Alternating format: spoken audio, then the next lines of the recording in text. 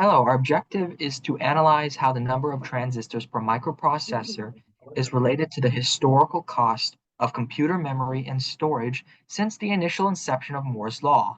My partner and I, Santiago Daza, and me, Zalong Little, decided to perform an analysis from 1974 to 2021.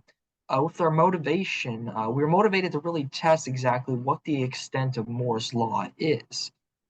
We've learned what Moore's law is, and it basically states that the number of transistors per microprocessor is supposed to double every 2 years as technologies and computers get smaller and more powerful.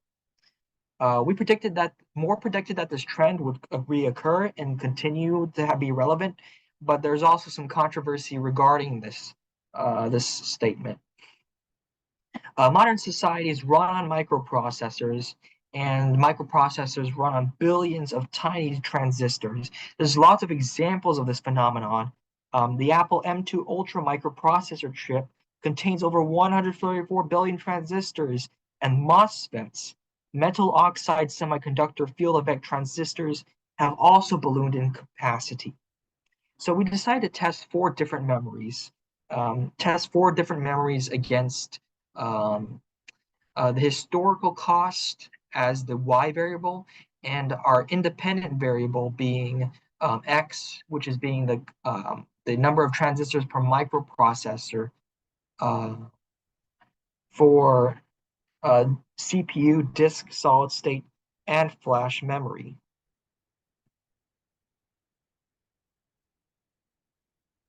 So with that being said, our analysis techniques was we used data source from Our World in Data, a project by the Global Change Data Lab, and the data sets used are the historical cost of memory and storage, and Moore's law, the number of transistors per microprocessor. We used Excel's tool pack to perform a linear regression test.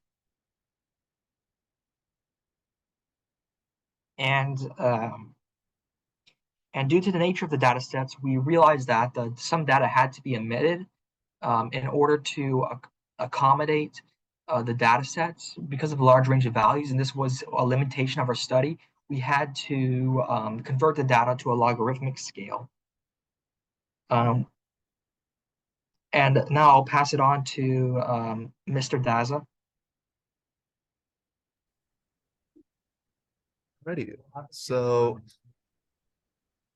as my associate Zilong was saying, our objective was essentially to analyze how these two data sets, which is the number of microprocessors per transistors per microprocessor, and the historical cost of the memory data, sort of correlated throughout the time period from 1974 to 2021.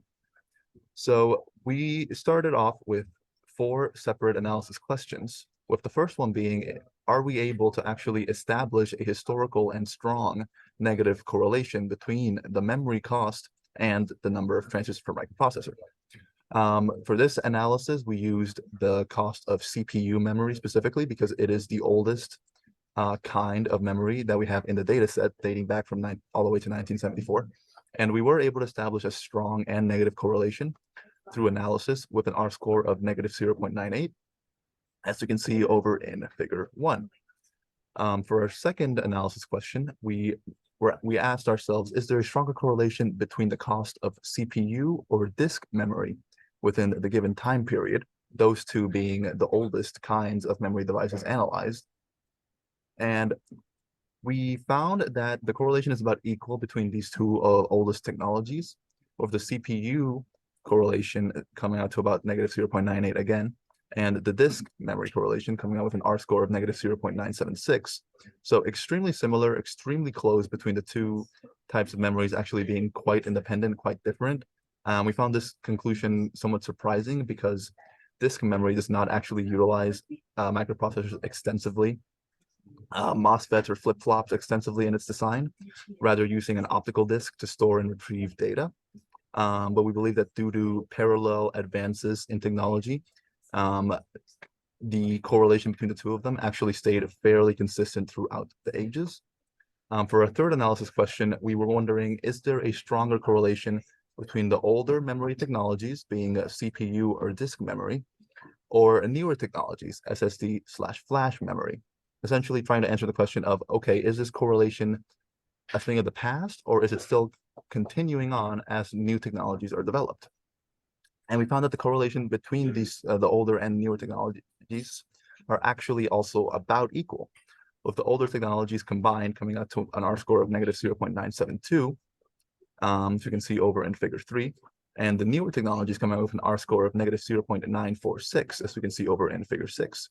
So despite the two technologies being developed in completely different time periods, the correlation with transistors per microprocessor was remarkably similar. And for our last analysis question, we wondered in which period was the total cost correlation the strongest? And we analyzed 1974 to 1990, 1991 to 2000, and 2001 to 2021. And we found that the correlation was actually strongest in the extreme time periods, the first and the last. So 1974 to 1990 with an R-score of negative 0.887, as you can see in figure 8. And 2001 to 2021 with an R-score of negative 0.82, as you can see in figure 10. And the intermediate time period of 1991 to 2000 actually had the weakest correlation with an R-score of negative 0.281, which essentially tells us that on average, from the entire time period, the correlation has overall remained fairly consistent, except for the intermediate period of 1991 to 2000, in which the correlation seems to have weakened a little bit. The correlation this may be due to a stall in development or a stall in cost reduction. But in general, the correlation continues to this day as it did when the technologies were first being developed.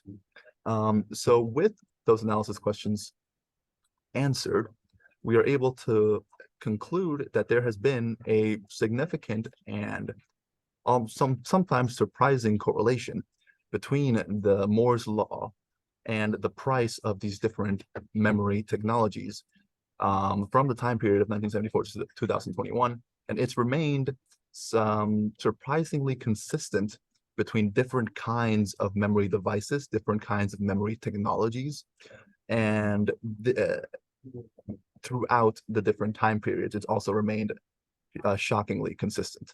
So, And with that, we were able to find some decisive conclusions regarding CPU, disk flash, and solid state drive memory, and number of transistors per microprocessor.